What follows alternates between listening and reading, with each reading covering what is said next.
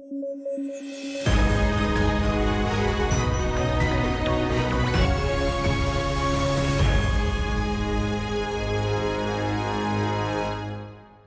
News at 9 programme में आपका स्वागत है। मैं हूं अमृत उपाध्याय। आइए जल्दी से देखें आज के हेडलाइंस।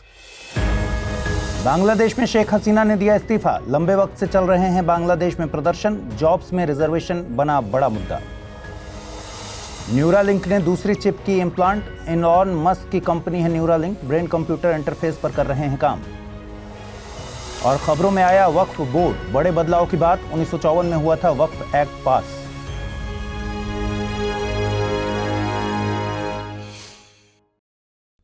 आइए शुरू करें। लंबे वक्त से बांग्लादेश में हिंसक विरोध प्रदर्शनों का दौर जारी है। ऐसे में अब खबर आई है कि बांग्लादेश के प्रधानमंत्री शेख हसीना ने इस्तीफा दे दिया है और वे प्रधानमंत्री आवास छोड़कर किसी सेफ प्लेस पर रवाना हो गई हैं। खबरों की माने तो ये सेफ प्लेस भारत है। खबर यह भी है कि इस्तीफे से पहले वे एक वीडियो मैसेज रिकॉर्ड करना चाहती थीं, लेकिन प्रधानमंत्री आवास की तरफ बढ़ती भीड़ के चलते उन्हें आनन फानन में वहां से निकलना पड़ा। देखिए, बांग्लादेश में ये हिंसक प्रदर्शन लंबे वक्त से चल रहे हैं। वजह है जॉब्स में कोटा सिस्टम। दरअसल वहां 1971 के स्वतंत्रता युद्ध में लड़ने वाले लोगों के सगे संबंधियों के लिए सरकारी नौकरियों में 30% रिजर्वेशन लागू है। रिजर्वेशन और भी बेसिस पर है, लेकिन सबसे ज्यादा विरोध इसी कैटेगरी को लेकर है। विरोध करने वालों का मानना है कि ये शेख हसीना की आवामी लीग पार्टी के प्रति वफादार लोगों के पक्ष में जाता है। इसी पार्टी ने बांग्लादेशी मुक्ति संग्राम का नेतृत्व किया था। स्टूडेंट्स अगेंस्ट डिस्क्रिमिनेशन ग्रुप इस विरोध प्रदर्शन के फ्रंट में है। इस विरोध प्रदर्शन को बांग्लादेश की सरकार द्वारा कई तरह से रोकने की कोशिश की गई, जिसमें इंटरनेट शटडाउन और प्रदर्शनकारियों द्वारा प्रदर्शन के दौरान हिंसा का भी आरोप है। इन सब के चलते बात केवल रिजर्वेशन कोटा रिफॉर्म तक ही नहीं रुकी, बल्कि प्रदर्शनकारियों ने लॉन्ग मार्च टू ढाका नाम के साथ प्रोटेस्ट शुरू किया और शेख हसीना के इस्तीफे की मांग तेज हो गई। देखिए, साल 1971 में भारत की तत्कालीन प्रधानमंत्री इंदिरा गांधी थी। पाकिस्तान में लोकतंत्र की बहाली को लेकर आंदोलन हुआ। इसके बाद हुए चुनावों में शेख मुजीबुर रहमान को पूर्वी पाकिस्तान में बहुमत हासिल हुआ, लेकिन उन्हें पाकिस्तान का प्रधानमंत्री बनने से रोकने के लिए बर्बर हिंसा का प्रयोग किया गया। इन्हीं परिस्थितियों के बीच दिसंबर 1971 में पाकिस्तान ने भारत पर आक्रमण कर दिया। इसके जवाब में भारत ने भी आक्रमण किया। 16 दिसंबर 1971 को पूर्वी पाकिस्तान में पाकिस्तानी सेना के commander lieutenant general Amir Abdullah Khan Niazi ने भारतीय सेना के लेफ्टिनेंट जनरल जगजीत सिंह अरोड़ा के साथ सरेंडर के दस्तावेज पर दस्तखत कर अपनी हार मान ली। इसी के साथ पाकिस्तान के 93,000 सैनिकों ने अपने हथियार डाल दिए। शेख मुजीबुर रहमान पाकिस्तान से लंदन के रास्ते दिल्ली आए। उन्होंने प्रधानमंत्री इंदिरा गांधी से मुलाकात की। उन्होंने सेना के कैंटोनमेंट मैदान पर जनसभा में बांग्लादेश के स्वाधीनता संग्राम में मदद करने के लिए भारत की जनता को धन्यवाद दिया। इस तरह बांग्लादेश औपचारिक तौर पर दुनिया के नक्शे पर एक नए देश के रूप में उभरकर सामने आया। बांग्लादेश अपनी सीमा भारत और म्यांमार से साझा करता है। इसका दक्षिणी हिस्सा बंगाल की खाड़ी से लगता है। शेख हसीना इन्हीं शेख मुजीबुर रहमान की बेटी हैं और आवामी लीग पार्टी के साथ बांग्लादेश की सत्ता में काबिज हैं। उनके इस्तीफे के बाद दक्षिण एशिया की राजनीति में कई समीकरण बदलेंगे। दरअसल बांग्लादेश में दूसरी बड़ी विपक्षी पार्टी है बांग्लादेश नेशनलिस्ट पार्टी यानी बीएनपी। इसकी प्रमुख खालिदा जिया हैं। उनका झुकाव चीन की तरफ माना जाता है। इधर वक्फ बोर्ड फिर से चर्चा में है। इसे लेकर फिर से बखेड़ा खड़ा हो गया है। दरअसल केंद्र सरकार वक्फ एक्ट में बदलाव की तैयारी कर रही है। माना जा रहा है कि संसद के मौजूदा सत्र में ही इसे लेकर विधेयक पेश किया जा सकता है। विधेयक में वक्फ एक्ट में करीब 40 संशोधन प्रस्तावित हो सकते हैं, जिसकी मंजूरी पहले से ही कैबिनेट की बैठक में दे दी गई है। संसद में संशोधन विधेयक पारित होने के बाद वक्फ बोर्ड को मिली बेशुमार ताकत पर लगाम लग जाएगी। फिर बोर्ड किसी भी संपत्ति पर बिना सत्यापन के अपने अधिकार का दावा नहीं कर सकेगा। ऐसे में सवाल है कि वक्फ एक्ट क्या है, ये कब बना था, वक्फ बोर्ड के पास कितनी संपत्ति है और वक्फ क्या है। आइए जानते हैं सारे सवालों के जवाब। देखिए, वक्फ है अरबी भाषा का शब्द जिसका मतलब होता है खुदा के नाम पर अर्पित वस्तु या परोपकार के लिए दिया गया धन। इसके दायरे में चल और अचल दोनों तरह की संपत्तियां आती हैं। कोई भी मुस्लिम व्यक्ति पैसा, जमीन, मकान या कोई और कीमती चीज वक्फ को दान कर सकता है। इन संपत्तियों के रखरखाव और उनका प्रबंधन करने के लिए स्थानीय स्तर से लेकर राष्ट्रीय स्तर तक वक्फ निकाय हैं। निकाय को कानूनी दर्जा देने के लिए 1954 में केंद्र सरकार ने वक्फ एक्ट 1954 पास किया था। इसका मकसद वक्फ से जुड़े कामकाज को सरल बनाना था और इसके लिए कुछ जरूरी प्रावधान करने थे। इस एक्ट में वक्फ की संपत्ति पर दावे से लेकर रखरखाव तक को लेकर प्रावधान है। एक्ट में दिए गए प्रावधानों के तहत 1964 में अल्पसंख्यक मंत्रालय के अधीन केंद्रीय वक्फ परिषद का गठन हुआ। इस परिषद का काम वक्फ बोर्डों के कामकाज के मामलों में केंद्र सरकार को सलाह देना है। आगे 1995 में वक्फ एक्ट को समाप्त कर दिया गया और इसे नए सिरे से पारित किया गया। इसके तहत हर राज्य और केंद्र शासित प्रदेश में वक्फ बोर्ड बनाने की अनुमति दी गई। फिर 2013 में इसमें बदलाव हुआ। अगर बोर्ड के अधीन संपत्तियों की बात करें तो वक्फ बोर्ड जमीन के मामले में रेलवे और रक्षा मंत्रालय के बाद तीसरे स्थान पर है। एक डेटा के मुताबिक वक्फ बोर्ड के पास 8 लाख एकड़ से ज्यादा जमीन है। इन जमीनों में ज्यादातर मस्जिद, मदरसा और कब्रगाह हैं। दिसंबर 2022 तक वक्फ बोर्ड के पास कुल 8 लाख से ज्यादा संपत्तियां थीं। इसकी संपत्तियों को लेकर मौजूदा विवाद नया नहीं है। अंग्रेजों के शासनकाल के दौरान वक्फ की संपत्ति पर कब्जे को लेकर विवाद इतना बढ़ा कि यह लंदन स्थित प्रिवी काउंसिल तक पहुंच गया। इसके बाद ब्रिटेन में 4 जजों की बेंच बैठी और वक्फ को अवैध करार दे दिया गया। हालांकि इस फैसले को तब ब्रिटिश भारत की सरकार ने नहीं माना था।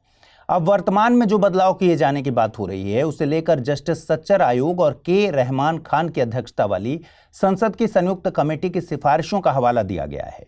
चूंकि मौजूदा कानून के मुताबिक राज्य और केंद्र सरकार वक्फ की संपत्तियों में दखल नहीं दे सकती हैं, संशोधन के बाद वक्फ बोर्ड को अपनी संपत्ति जिला मजिस्ट्रेट के दफ्तर में रजिस्टर करानी होगी ताकि संपत्ति का मूल्यांकन हो सके और राजस्व की जांच हो सके।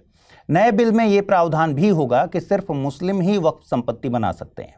साथ ही बोर्ड के स्ट्रक्चर में भी बदलाव किया जाएगा और इसमें महिलाओं की हिस्सेदारी भी तय की जाएगी। हर राज्य बोर्ड में 2 और केंद्रीय परिषद में 2 महिलाएं होंगी। अभी तक महिलाएं वक्फ बोर्ड और काउंसिल के सदस्य नहीं हैं। इसके अलावा जिन जगहों पर वक्फ बोर्ड नहीं है वहां कोई ट्रिब्यूनल में जा सकता है, जो अब तक नहीं है। वक्फ बोर्ड के फैसले के खिलाफ हाईकोर्ट में अब अपील की जा सकेगी। ये प्रावधान भी अब तक नहीं है।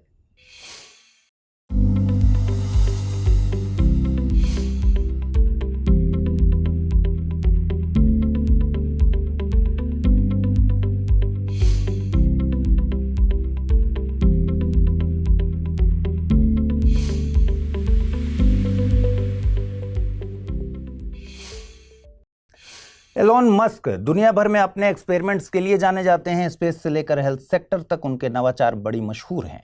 कल्पना कीजिए आप अपने दिमाग के सोचने भर से स्मार्ट कार को ड्राइव कर पा रहे हैं बिना हाथों का प्रयोग किए। वीडियो गेम को केवल दिमाग के सोचने भर से खेल पा रहे हैं। एलोन मस्क का एक प्रोजेक्ट इन सारी कल्पना भरी बातों को हकीकत में बदलने के लिए काम कर रहा है। जनवरी 2023 में खबर आई थी कि एलोन की कंपनी न्यूरालिंक ने एक मरीज के ब्रेन में एक चिप इम्प्लांट की थी। इस पेशेंट का नाम था नोलैंड अरबाग। नोलैंड अरबाग एक स्पाइनल कॉर्ड इंजरी से जूझ रहे हैं। उनके गर्दन से नीचे का पूरा हिस्सा पैरालाइज्ड है। ये न्यूरालिंक का पहला ह्यूमन ब्रेन चिप इम्प्लांट था। प्रयोग सफल भी रहा। नोलैंड अरबाग अपने दिमाग के जरिए मशीनों से काम करवा रहे हैं। ये वीडियो गेम खेल सकते हैं। उनकी केयर गिवर्स पर निर्भरता कम हुई है। अब खबर आई है कि न्यूरालिंक ने दूसरा ह्यूमन ब्रेन चिप इम्प्लांट किया है। ये इम्प्लांट भी पैरालाइज पेशेंट में ही किया गया है। इसके जरिए पैरालिसिस से जूझ रहे व्यक्ति केवल दिमाग में सोचने भर से मोबाइल फोन और कंप्यूटर जैसी डिवाइसेस को ऑपरेट कर सकते हैं।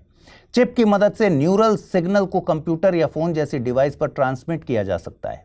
एक कॉइन के आकार का चिप ब्रेन में रोबोटिक सर्जन के जरिए इम्प्लांट किया जाता है। इस चिप में रिचार्जेबल बैटरी लगी होती है। इसे वायरलेस तरीके से चार्ज किया जाता है। एलोन मस्क के मुताबिक 2024 में उनकी कंपनी द्वारा 8 और इम्प्लांट किए जाएंगे। आपको बता दें कि 2016 में मस्क ने कुछ वैज्ञानिकों और इंजीनियर्स के साथ मिलकर न्यूरालिंक को स्थापित किया था। इसका मकसद कंप्यूटर और दिमाग के बीच सीधे कम्युनिकेशन करवाना है। इस बेहद महत्वाकांक्षी परियोजना का मकसद मानव क्षमताओं को सुपरचार्ज करना है। इसके साथ साथ पार्किंसंस जैसे न्यूरोलॉजिकल बीमारियों का इलाज करना है। सीधी भाषा में कहें तो इन चिप की मदद से ऐसे दिव्यांग व्यक्ति जो चल फिर नहीं सकते या बात नहीं कर सकते या देख नहीं सकते, वे फिर से कुछ हद तक बेहतर जीवन जी सकेंगे। हालांकि मस्क की कंपनी को आलोचना भी झेलनी पड़ रही है। दरअसल कंपनी ने लैब में जानवरों पर चिप लगाने के परीक्षण किए थे, जिसके लिए कंपनी की खूब आलोचना हुई थी। आरोप है कि कंपनी ने परीक्षण के दौरान 1500 जानवरों की जान ली है। इनमें चूहे, बंदर, सुअर इत्यादि शामिल हैं। इसके चलते कंपनी को यूएसए में जांच का भी सामना करना पड़ा था। हालांकि कंपनी ने इन आरोपों को नकारा था। लेकिन आपको बता दें कि मस्क की कंपनी अकेली नहीं है जो ब्रेन मशीन या ब्रेन कंप्यूटर इंटरफेस रिसर्च क्षेत्र में आगे बढ़ने की कोशिश कर रही है। ब्लैक रॉक और पैराड्रोमिक्स जैसी कंपनीज भी हैं जो इस दिशा में काम कर रही हैं। भारत और यूएसए ने स्पेस ज्वाइंट मिशन की घोषणा की है। इसके तहत भारत के अंतरिक्षीय मानव मिशन गगनयान के लिए चुने गए 2 यात्री यूएसए जाएंगे। यूएसए में ट्रेनिंग के बाद इन्हें आईएसएस यानी इंटरनेशनल स्पेस स्टेशन में एक मिशन के लिए भेजा जाएगा।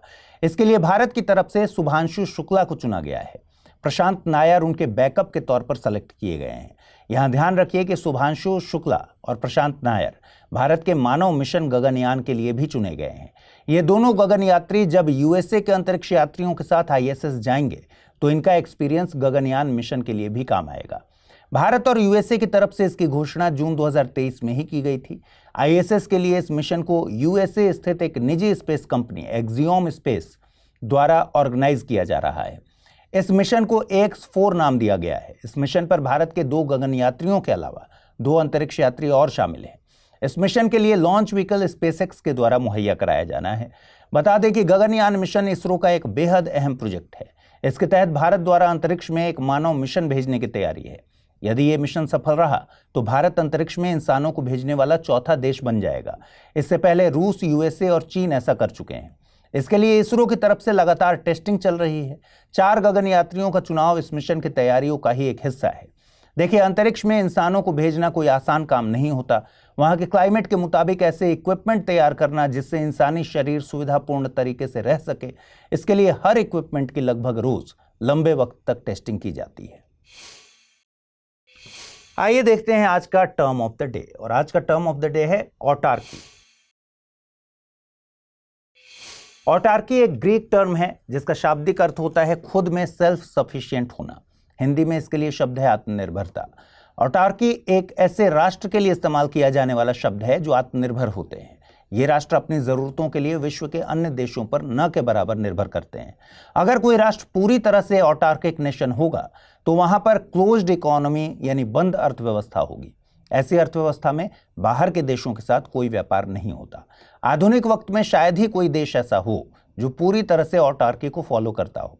वर्तमान में ग्लोबल सप्लाई चेन और वैश्वीकरण दुनिया में इस तरह से काम करता है कि अगर किसी देश पर प्रतिबंध भी आरोपित किए जाएं तो भी पूरी तरह से ऑटार्की की अवधारणा पर खरा नहीं उतरा जा सकता। वर्तमान दुनिया ऑटार्की के विपरीत एक दूसरे पर ज्यादा निर्भर वैश्वीकृत दुनिया है। आइए देखें आज के रैपिड न्यूज में क्या है खास। केंद्रीय गृह मंत्री अमित शाह ने 3 नए आपराधिक कानूनों के लिए ई साक्ष्य, न्याय सेतु, न्याय श्रुति और ई समन ऐप का शुभारंभ किया। ई साक्ष्य के तहत घटनास्थल की सभी वीडियोग्राफी, फोटोग्राफी और गवाही ई साक्ष्य सर्वर पर सेव की जाएगी जो तुरंत ही कोर्ट में भी उपलब्ध होगी। ई समन के तहत कोर्ट से पुलिस स्टेशन तक और जिसे समन भेजा जाना है उस व्यक्ति या संस्था तक इलेक्ट्रॉनिक तरीके से समन भेजा जा सकेगा। न्याय सेतु डैशबोर्ड पर पुलिस, मेडिकल, फॉरेंसिक, प्रोसिक्यूशन और प्रिजन एक साथ इंटरलिंक्ड होंगे जिससे पुलिस को जांच से संबंधित सभी जानकारी एक ही जगह मिल जाएगी। वहीं न्याय श्रुति के माध्यम से न्यायालय वीडियो कॉन्फ्रेंसिंग के माध्यम से गवाहों की सुनवाई कर सकेगा। इससे समय और पैसे की बचत होगी और मामले का निपटारा भी जल्दी हो सकेगा। महिला सम्मान सेविंग्स सर्टिफिकेट स्कीम चर्चा में है क्योंकि केंद्र सरकार इसे एक्सटेंडेड नहीं करना चाहती। इस योजना को बजट 2023 में घोषित किया गया था। यह योजना 2 साल की अवधि यानी मार्च 2025 तक उपलब्ध रहेगी। इसे वित्त मंत्रालय के आर्थिक मामले के विभाग द्वारा शुरू किया गया था। यह सभी आयु वर्ग की महिलाओं और लड़कियों के लिए समर्पित एक जोखिम मुक्त योजना है। इस योजना में महिलाओं या लड़कियों के नाम पर 2 वर्ष की अवधि के लिए अधिकतम 2 लाख रुपए तक जमा करने की सुविधा प्रदान की गई है। यह योजना न्यूनतम 1,000 रुपए और अधिकतम 2 लाख रुपए तक जमा करने का विकल्प देती है। इस योजना के तहत 7.5% का निश्चित ब्याज दर प्रदान किया जाता है। योजना की परिपक्वता अवधि लॉक इन अवधि खाता खोलने की तिथि से 2 वर्ष है।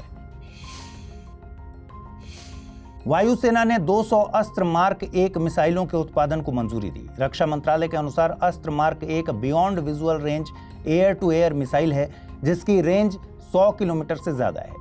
इसे अत्यधिक गतिशील सुपरसोनिक एयरक्राफ्ट को निशाना बनाकर नष्ट करने के लिए डिजाइन किया गया है। यह तकनीकी और आर्थिक रूप से बाकी मिसाइलों से बेहतर है। इस मिसाइल को रक्षा अनुसंधान एवं विकास प्रयोगशाला द्वारा डिजाइन और विकसित किया गया है और भारतीय वायुसेना जल्द ही अस्त्र मार्क 2 मिसाइल का ट्रायल भी करने वाली है। यह अस्त्र मार्क 1 का ही अपग्रेडेड वर्जन होगा। गाजा क्षेत्र में हेपेटाइटिस ए बीमारी तेजी से पैर पसार रही है। संयुक्त राष्ट्र एजेंसी UNRWA ने गाजा क्षेत्र में इसके आउटब्रेक की जानकारी दी। 2023 में संघर्ष की शुरुआत से पहले यहां हेपेटाइटिस ए के 85 मामले सामने आए थे। वहीं अब यहां आंकड़ा बढ़कर 40,000 को पार कर गया है। इससे संक्रमित लोगों में छोटे बच्चे भी शामिल हैं। हेपेटाइटिस ए वायरस के कारण फैलता है, जो आमतौर पर लीवर पर सूजन का कारण बनता है। यह बीमारी अनसेफ पानी या भोजन, खराब व्यक्तिगत स्वच्छता, अननेचुरल और अनसेफ सेक्स से निकटता से जुड़ी हुई है। हेपेटाइटिस बी और सी के विपरीत हेपेटाइटिस ए क्रॉनिक लीवर बीमारी का कारण नहीं बनता। नेपाल के प्रधानमंत्री केपी शर्मा ओली ने भारत के साथ संपर्क बढ़ाने के लिए देश के जलमार्ग और रेलवे को विकसित करने की बात कही है। उन्होंने भारतीय सीमा के पास हनुमान नगर से त्रिवेणी और देवघाट तक स्टीमर सेवाओं के संचालन के लिए योजना तैयार करने का निर्देश दिया है। हालांकि 1970 में नेपाल में स्टीमर सेवाओं की अनुमति देने वाला कानून अस्तित्व में आया था, लेकिन उसका उपयोग अभी तक नहीं किया गया है। जलमार्गों के अलावा प्रधानमंत्री ओली ने भारत के साथ नेपाल की रेल सेवाओं के विस्तार की आवश्यकता पर जोर दिया। उन्होंने मौजूदा जनकपुर और कुर्था रेलवे लाइन में 2 नई रेलवे लाइन जोड़ने का भी प्रस्ताव रखा है।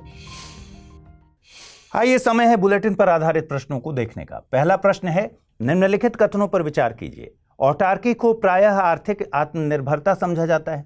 वर्तमान में औटार्की देशों के बीच एक प्रचलित अवधारणा है। उपर्युक्त में से सही कथन या कथनों को चुनना है। केवल एक, केवल दो, एक और दो दोनों, न तो एक नहीं दो। अगला प्रश्न है, महिला सम्मान सेविंग्स सर्टिफिकेट स्कीम के संबंध में निम्नलिखित कथनों पर विचार कीजिए। यह 18 से 45 आयु वर्ग की महिलाओं के लिए समर्पित एक जोखिम मुक्त योजना है। योजना न्यूनतम 10,000 रुपये और अधिकतम 2 लाख रुपए तक जमा करने का विकल्प प्रदान करती है। उपर्युक्त में से सही कथन या कथनों को चुनना है। केवल एक, केवल दो, एक और दो दोनों, न तो एक नहीं दो। आइए देखें पिछले बुलेटिन में आपसे क्या सवाल पूछे गए थे, उनके सही जवाब क्या हैं। पहला प्रश्न था, हाल ही में रूस और पश्चिमी देशों के बीच बंदियों की अदला बदली हुई थी। ये अदला बदली किस देश की मध्यस्थता से संपन्न हुई? तुर्की, इजराइल, जर्मनी या फिर भारत? सही जवाब है विकल्प ए, तुर्की। अगला प्रश्न था, निम्नलिखित कथनों पर विचार कीजिए। मसाई जनजाति अफ्रीका महाद्वीप से संबंधित है।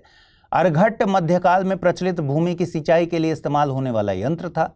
सही कथन को चुनना था। केवल एक, केवल दो, एक और दो दोनों, न तो एक न ही दो। सही जवाब है विकल्प सी।